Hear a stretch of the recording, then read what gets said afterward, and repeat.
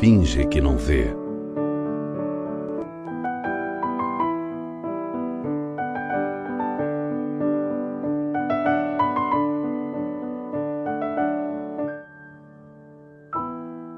Afinal, qual é a sua raça?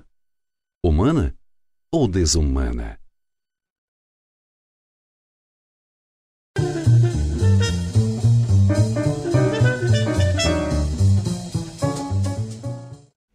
Um fato na qual nos deparamos em nossa vida é a mudança de ambiente, seja de casa para um apartamento ou para outras cidades. E nesse caso, a gente se depara com um problema: os nossos animais de estimação. Será que eles sentem essa mudança como nós? E é sobre isso então que a gente vai falar com a médica veterinária Renata Saccaro. Renata, bem-vinda ao nosso programa. Gostaria de começar te perguntando como que os animais sentem essa mudança. Obrigada pelo convite.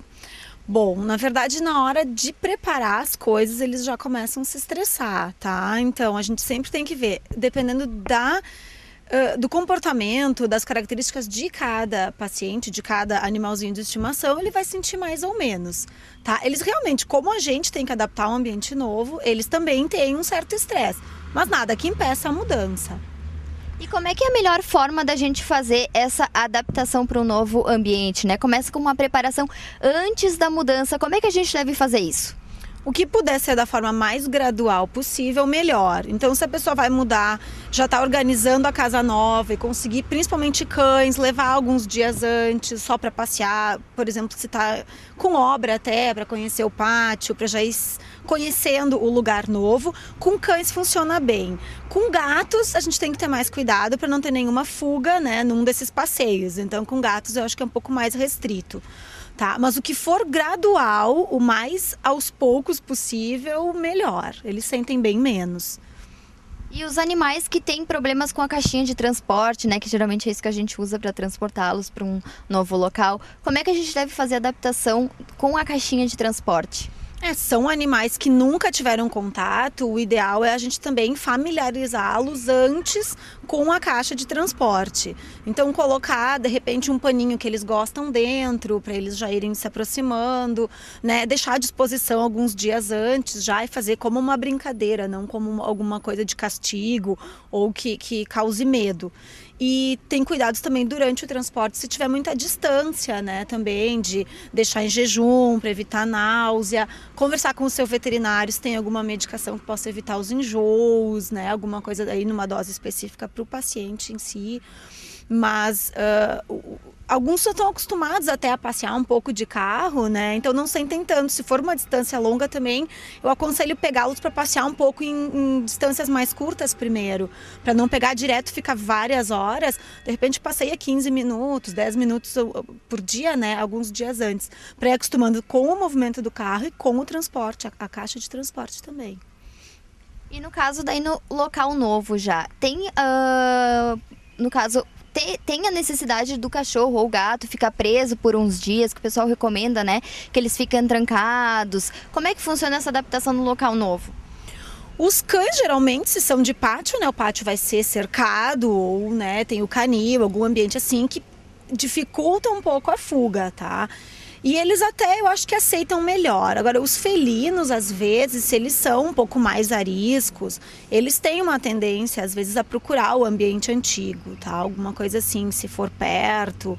Então, o felino, eu aconselho sempre, como também ele tem uma convivência mais dentro de casa, né? A deixar totalmente fechado, portas e janelas, entre 10, 15 dias, tá? Para ver que ele assim, se sinta mais confortável, já, né, esteja comendo normal, assim, sem muito estresse, para poder depois começar a deixar sair para o pátio, se for o caso, né? Tem alguns animais, alguns gatos que eram de apartamento, por exemplo, que vão ficar só dentro de casa, que aí também tem que ter o cuidado para não, né, colocar as telas, enfim, o hábito que a pessoa tinha antes. Mas se puder passear, pelo menos 10, 15 dias antes, não. Tá? Logo nos primeiros dias da mudança tem que deixar só confinado.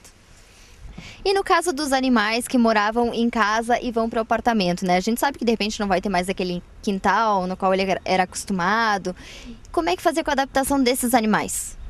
Neste caso, a gente precisa fazer uma compensação, né? Então, os cães que viviam Mas no pátio, eles precisam ter várias horas de passeio, nem que se precise, com a rotina da casa, depois reduzir um pouco, mas assim, fazer passeios mais longos, mais demorados ou mais frequentes no início e depois, no mínimo, 2 vezes ao dia.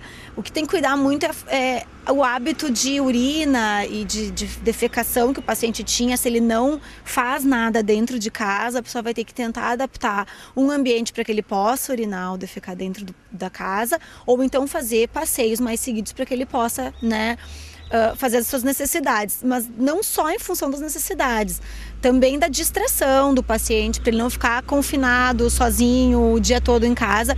Precisa passear, vai ter que usar uma guia, né, treinar assim, se não era acostumado, tem que ir devagarzinho, treinar com coleira e guia e fazer passeios na rua, achar um parque próximo da casa, uma pracinha e fazer umas caminhadas, porque ele vai sentir falta. No novo ambiente, a gente sabe que pode conter doenças, até porque a pessoa, de repente, não sabe se os antigos proprietários do local tinham animais que tiveram alguma doença. Nesse caso, o que se pode fazer para minimizar, para evitar que esse animal se contamine com alguma doença? O ideal é a gente manter sempre os pacientes vacinados, né? Então, se o cão e o gato já têm vacinas anteriores, mesmo tendo contato com algum vírus do local, ele vai ter menos chance de contrair. Mas é importante em pátio, que às vezes fica sinomose, parvovirose por mais tempo, tentar mesmo se informar se tem um proprietário antigo que possa dar alguma informação, se teve algum paciente com alguma doença infecciosa no local, para tentar utilizar o hipoclorito de sódio, onde for possível, em calçadas, para limpar bem, ou a vassoura de fogo, que desinfeta também bastante. E em vegetação, na verdade, é mais difícil, né, de exterminar algum vírus, mas aí o que vai proteger mais é a vacinação, manter a vacinação em dia. E até a gente já falou anteriormente sobre o transporte, mas eu gostaria que tu citasse novamente, até falasse qual é a melhor forma de transportar o animal para esse local novo.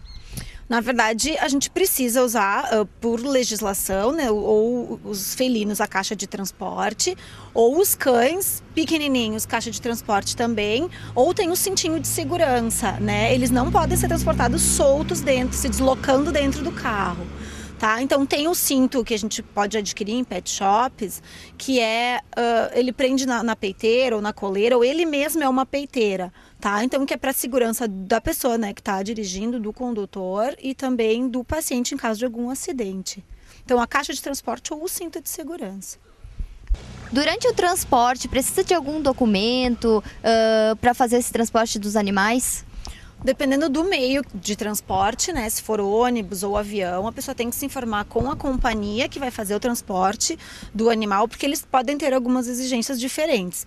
Mas eu aconselho sempre, mesmo que no seu veículo próprio, a pessoa carregue a carteirinha de vacina em dia e um atestado sanitário, que é, na verdade, um atestado que diz que o paciente está livre de enfermidades, livre de doenças, que é emitido pelo veterinário. No caso, então, se o cão ou o gato, né, não se adaptar no novo ambiente, de repente era um cão de grande porte, né, não se adaptou dentro de um apartamento, e o proprietário, ele optar por doar, se desfazer desse animal, como é que ele deve proceder, né, para a gente evitar o abandono? Na verdade, a gente sempre se evita ao máximo, né, mudar o proprietário, porque o cachorro ou o gato, ele vai se apegar, né, vai ser uma dificuldade para ele, provavelmente, se acostumar numa outra família. Às vezes a gente precisa mesmo e não tem possibilidade, como o principal eu acho que é mudar de casa para apartamento em um cachorro de um porte muito grande. Então o que eu aconselho? Que a pessoa procure membros da própria família para tentar, que de repente já conheçam o cachorro antes, né, ou o gato, que a pessoa consiga fazer um acompanhamento, ter certeza que ele está sendo bem cuidado, que ele está sendo, né, alimentado e que se mantém os mesmos hábitos, né, o mais próximo do que ele tinha antes, e que a pessoa consiga acompanhar, visitar, e, né, ter certeza, enfim, que ele está sendo bem cuidado. O ideal, eu acho, é com algumas pessoas conhecidas. Em último caso, se não tem ninguém na família, ou um amigo próximo que possa adotar, tentar realmente encaminhar ou pagar algum lugar, como um hotel, algum lugar que consigam manter esse cachorro, esse gato num ambiente confortável, agradável, que a pessoa também conviva com ele, ou tentar um novo ambiente, mesmo de pessoas desconhecidas, mas aí acho que tem que acompanhar mesmo para ver, né? Às vezes a gente acaba doando, achando que vai estar bem cuidado, que está num lugar legal e pode não ser tão bom. Mas o fundamental é que a pessoa faça esse acompanhamento depois. Pode utilizar também, às vezes, divulgar até por internet, utilizar sites, que a gente usa bastante até para encontrar animais perdidos ou para tentar encontrar novos lares, como sites da Suama, do Amor Vira-Lata. Não que essas pessoas vão poder acolher os animais, mas só utilizar como um meio de comunicação para, de repente, alguém que tenha interesse, que tenha um pátio adequado para aquele paciente, divulgar foto e contato, para tentar, assim, encaminhar da melhor maneira possível no lugar mais adequado possível. Tem pessoas que utilizam como desculpa de que no novo local que eles vão não permite animais. Isso não é verdade, né, Renata? Não, na verdade o que acontece é que o que acontece mais seguido é em condomínios ou em apartamentos, né? Que a pessoa do condomínio decide, né, o síndico, que não pode levar animais. Mas na tua área, na área privativa, dentro do teu apartamento, não tem como ter uma proibição. O que acontece é a pessoa ter bom senso de não deixar o cachorro, né, fazer muito barulho, de não ter sujeira nas dependências, levar para passear, então sempre levar sacolinha para recolher fezes, né, e respeitar a área comum do condomínio ou do prédio, tá? Então, elevadores, escadas, corredores, a pessoa tem que respeitar, então, os que não gostam, os que têm medo, os outros animais do ambiente. Mas não tem uma proibição, a pessoa pode procurar seus direitos, entrar em contato com advogados até para esclarecer melhor, mas a pessoa tem o direito de levar o seu bichinho para o seu apartamento. Pra gente finalizar, então, Renata, eu gostaria que tu deixasse contato do pessoal do Amor Vira-Lata, quem quiser de repente doar o seu animal ou até mesmo adotar, para entrar em contato, como é que faz? O mais fácil, eu acho que é entrando pelo site mesmo, né? Que é www.amorviralata.com.br. Tem vários sites também, outros sites de adoção e de doação que a pessoa pode pesquisar, acho que no Google, né? Tem Suama, tem alguns de Porto Alegre também que são muito bons, muito interessantes. Mas aqui da cidade, acho que não tem muito telefone de contato, mais fácil é através do site mesmo. Tá certo. Muito obrigada pela tua presença, tá? Espero que a gente tenha esclarecido todas as dúvidas do pessoal de casa. Espero que vocês tenham gostado do nosso programa e a gente se vê então na próxima semana. Até lá!